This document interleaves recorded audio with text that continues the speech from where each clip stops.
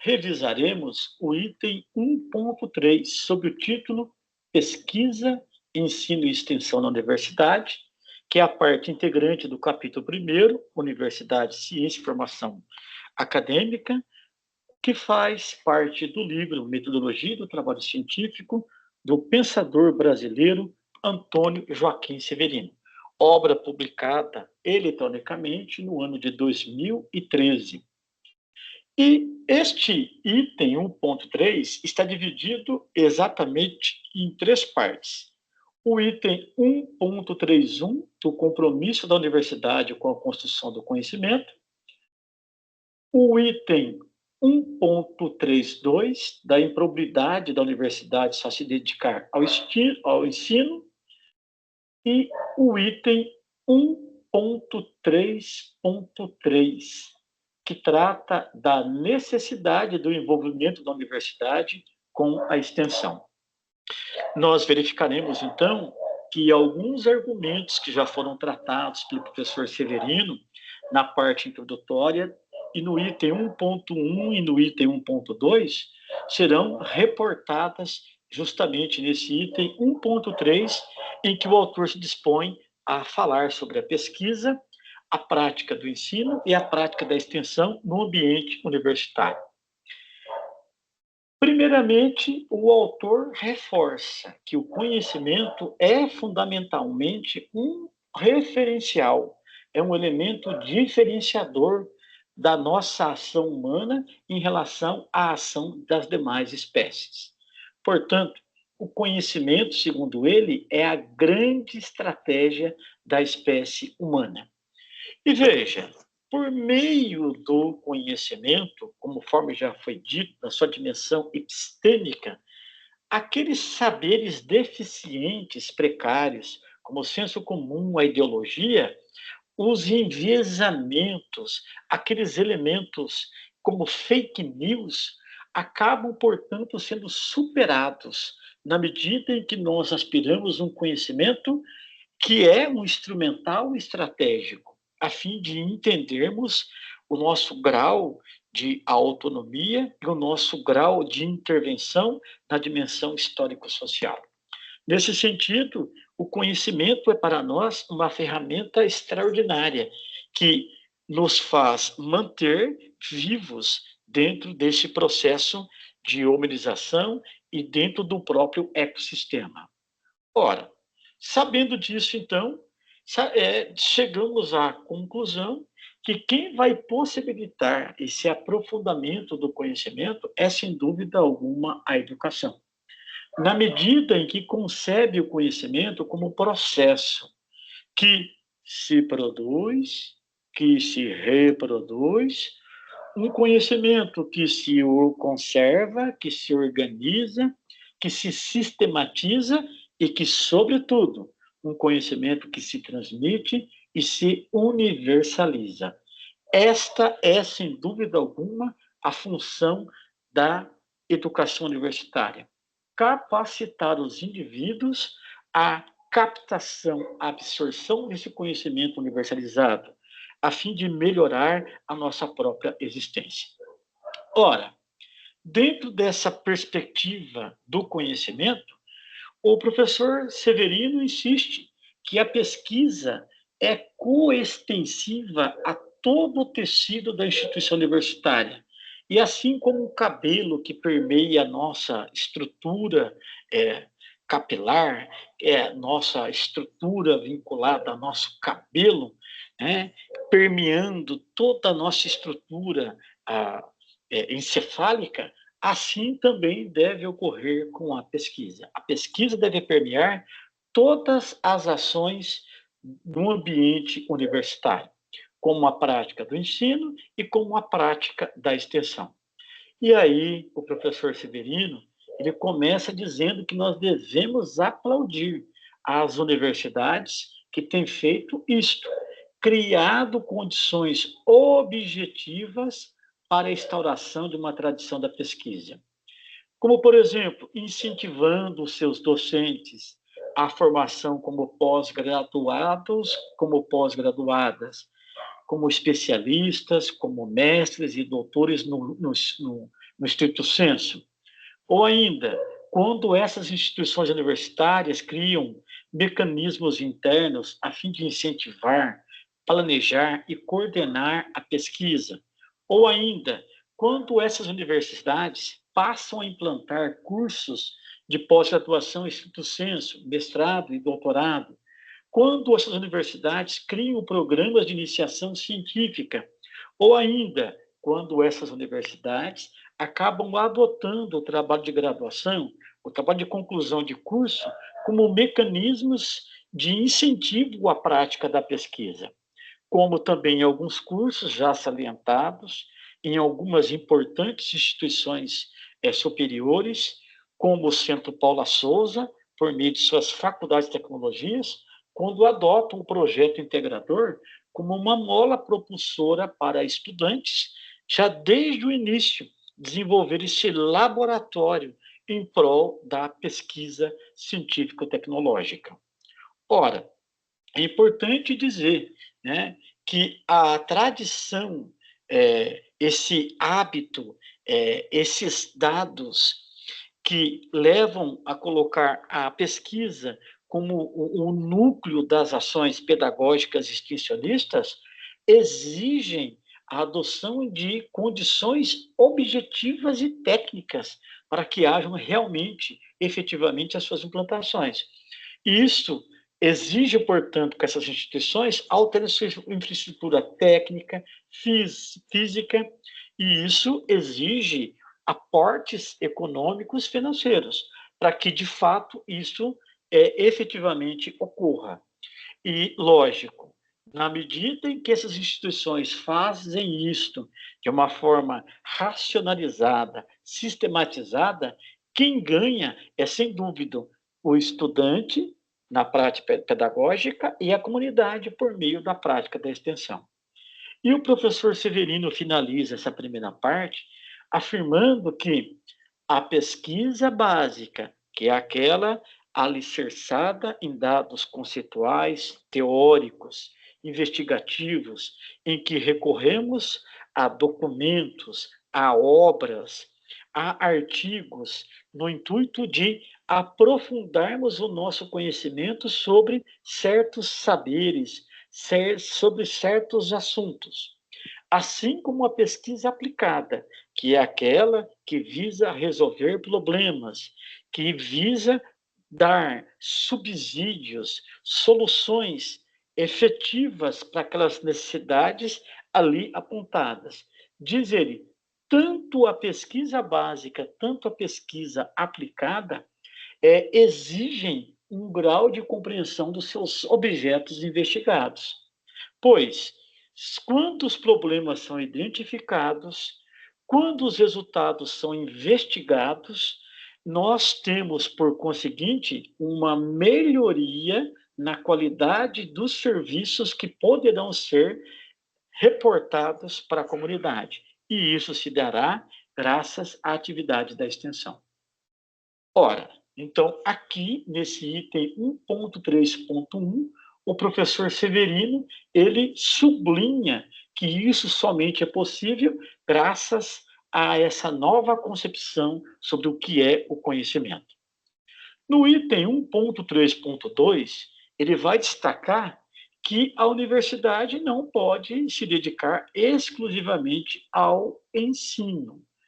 Muitas vezes, acaba sendo um equívoco, segundo o professor Severino, a criação de mecanismos que fomentem apenas a prática profissionalizante, gerada graças ao repasse de informações, de técnicas, habilitações, muitas delas já pré-montadas, já pré-organizadas. E isso faz com que estudantes aportem de uma determinada habilitação, de um certo domínio técnico profissional, mas que esses elementos não atendem diretamente às necessidades de quem emprega. Por quê? Conforme nós verificamos, os processos produtivos são inovadores, são dinâmicos, enquanto que o processo de aprendizagem dentro do ambiente transmissivo só vai tratar de técnicas que já estão anacrônicas, obsoletas, criando, portanto, uma pessoa formada, graduada, que é inapta para atender às demandas reais de quem contrata, as demandas reais do mercado de trabalho. Por isso que ele termina esse primeiro parágrafo dizendo que hoje a atuação profissional em qualquer setor da produção econômica exige capacidade de resolução de problemas, com criatividade e riqueza de iniciativas, em face da complexidade das novas situações. Ora, portanto, essa dinamicidade impacta no processo formativo, que deve, portanto, levar em conta quais são as demandas reais do nosso entorno. Caso contrário, a universidade, o ensino superior, ficará dentro dessa dimensão burocrático-formal, né? Criando agentes, por meio do seu processo formativo, que não vão atender às demandas emergentes de quem contrata. Ora, nesse sentido, diz ele, dentro dessa limitação de compreensão, o ensino superior está mesmo destinado ao fracasso. Então, é preciso que reveja a concepção do conhecimento como processo, e não como outrora era visto como um mero produto. Ora, sabendo disso, então, ele critica que muitas vezes essa ausência da prática da pesquisa, essa ausência da dimensão da extensão, elas impactam no processo de aprendizagem e coloca o ensino superior em uma dimensão de irrelevância, de desimportância. E para que isso, então, não ocorra, a primeira coisa que ele vai dizer é que, primeiro, né, elimine-se esse equívoco provocado por essa enviesada concepção teórica e por essa equivocada postura prática, que muitas vezes nós ouvimos de forma sistemática, que a teoria é uma coisa e a prática é outra, como se teoria e práticas não estivessem diretamente relacionadas, de modo que a prática por si mesma já ditasse as respostas, as soluções esperadas para novas necessidades. Não, é preciso, por meio da pesquisa, por meio da dimensão teórico-conceitual e investigativa, criar novos mecanismos para alterar as nossas ações e as nossas práticas. E segundo o professor Severino, isso somente é possível mediante uma atitude sistemática de pesquisa, ou seja, a competência científica tecnológica deve ser as nossas molas propulsoras de nossa ação. E ele critica, né, vigorosamente alguns especialistas da educação, alguns teóricos, que continuam insistindo que deve ter uma dicotomia no processo de aprendizagem, acabando, inclusive, promovendo a distinção de que deve existir universidades voltadas para o ensino, ao passo que deve ter outras instituições universitárias voltadas para a pesquisa. E aí, veja, com base na Lei de Diretrizes de Base de Educação, a LDBEM, a Lei 9394 de 1996, essa dicotomia ela acabou sendo mais do que acentuada, criando esses mecanismos que divorciam ensino, pesquisa e que são, portanto, mecanismos alheios às necessidades da comunidade por meio da prática da extensão. E aí ele fala: não pretendemos que as universidades se transformem em instituto de pesquisa, como também não queremos que as instituições universitárias se transformem em instituições assistenciais. O que nós estamos pedindo? Nós estamos pedindo que todas as ações internas universitárias ocorram dentro de uma atitude investigativa, dentro dessa nova concepção do conhecimento. E é justamente isso que o professor Severino está propondo. nesse item 1.3.2, em que ele disse que a universidade não pode, portanto, se dedicar exclusivamente ao ensino, sendo alheia à prática da extensão em atenção à comunidade, como também alheia à prática investigativa por meio da pesquisa. E para encerrar essa parte, traz para nós alguns argumentos que compõem esse item 1.3.3, em que ele realçará a importância da prática da extensão. Vai dizer que, graças a essa postura investigativa, o processo de ensino e aprendizagem também se transforma. Graças à prática da extensão, nós temos, portanto, uma melhora significativa na compreensão do processo de construção de conhecimento. E aí, não é uma bondade a prática da extensão. Diz ele, a extensão é uma exigência intrínseca dentro do processo de ensino e aprendizagem no ambiente universitário. Isso se faz em decorrência dos compromissos que a instituição universitária deve ter com o conhecimento, com a educação e com a sociedade.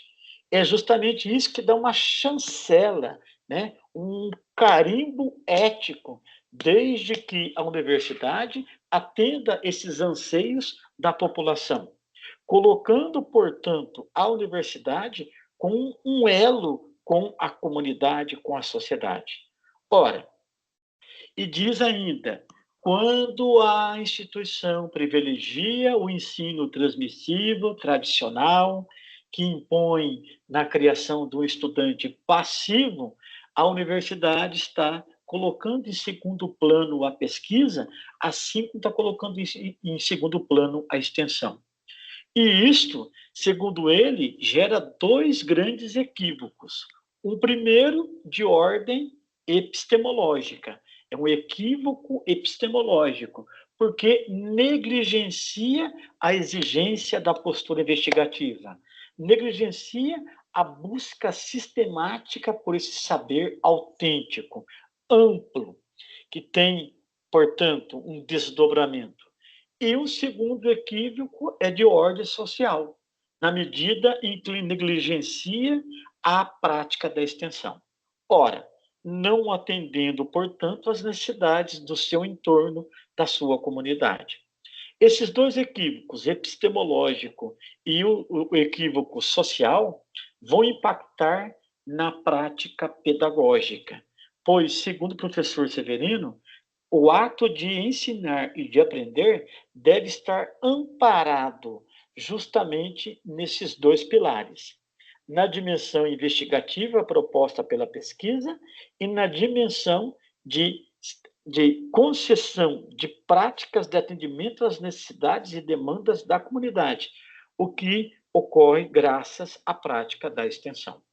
Portanto, não há ensino se não houver pesquisa e a extensão. Ora, dentro desta dimensão, vai dizer que a extensão ela impacta na dimensão política, fazendo com que o estudante, ao retornar para a sua comunidade, instaure, desperte nele essa dimensão social, histórica, política. É justamente isso que espera da universidade. Ele vai dizer que não se espera apenas o domínio do conhecimento técnico-científico, mas que a universidade promova uma nova consciência social por parte destes agentes que vão exercer habilidades e técnicas profissionais e que são pessoas formadas no ambiente universitário. Ora, nesse sentido, vai dizer que essa pedagogia universitária ela vai interpelar, vai questionar o jovem a assumir esse compromisso político, histórico, social, já que pela interpelação, pelo questionamento, graças ao saber, o indivíduo também vai entender como se instaura a dimensão do poder, a dimensão da estrutura organizacional centralizada, que muitas vezes é alheia aos anseios da população. Ora, nesse sentido, o professor Severino, ele revigora que a extensão ela possibilita esse alcance pedagógico, fazendo com que o estudante reviva, ele revivencie aquela realidade de onde ele saiu, despertando, portanto, uma consciência social. Ora, essa consciência social, essa maturidade intelectual, graças a esse processo de aprendizagem revolucionado, levando em conta essa nova concepção de conhecimento, faz com que, portanto, a própria prática pedagógica acaba sendo um elemento que promova esse nível de autonomia, esse nível da dimensão cidadã deste indivíduo universitário. Ora, nesse sentido, ele não vai chegar a outra conclusão, que não seja justamente essa. A universidade não pode se limitar ao mero repasse de informações e conhecimentos, como se a realidade empírica, social, histórica fosse desconsiderada. E aí não se pode, portanto, colocar todo o saber dentro do plano do fazer, já que isso impactaria apenas nesse aspecto que o professor Severino tanto criticou, que é o aspecto da universidade dedicar exclusivamente à profissionalização. E conforme nós vimos, ainda que haja uma exímia qualidade nesse processo técnico, profissionalizador, é importante sublinhar que todos esses conhecimentos, que todas essas habilidades técnicas para o exercício no ambiente de trabalho, em função das novas exigências emergentes do mercado de trabalho, toda essa formação ela é insuficiente. Por isso que o professor Severino assegura que na universidade não vai sair apenas um profissional, mas necessariamente sairá um agente político, um cidadão, uma cidadã com um grau de consciência crítico ou um grau de consciência dogmático, um cidadão consciente ou um cidadão alienado, né, bitolado, manipulado. Ora, por isso, ele vai insistir que, na medida em que a extensão se vincula à pesquisa, dentro dessa nova visão do conhecimento, nós temos então a possibilidade de dar soluções reais e concretas para os problemas reais e concretos demandados da sociedade. E isso faz com que, portanto, a pesquisa não seja vista como uma coisa desinteressada ou neutra. E dentro dessa linha, vai trazer um dado muito importante, que a prática da extensão deve funcionar como um cordão umbilical, vinculando sociedade e universidade. E dentro dessa perspectiva, o professor Severino diz que nesta nova visão de conhecimento, dentro dessa nova perspectiva ética proveniente da educação, pela prática de quem educa e de quem aprende, nós podemos então desenvolver novos mecanismos de compreensão da dimensão histórica, social, cultural, rejeitando as forças de dominação, as forças de degradação, as forças de opressão, as forças de alienação, as quais estão estruturadas dentro dos mecanismos sociais, econômicos e culturais.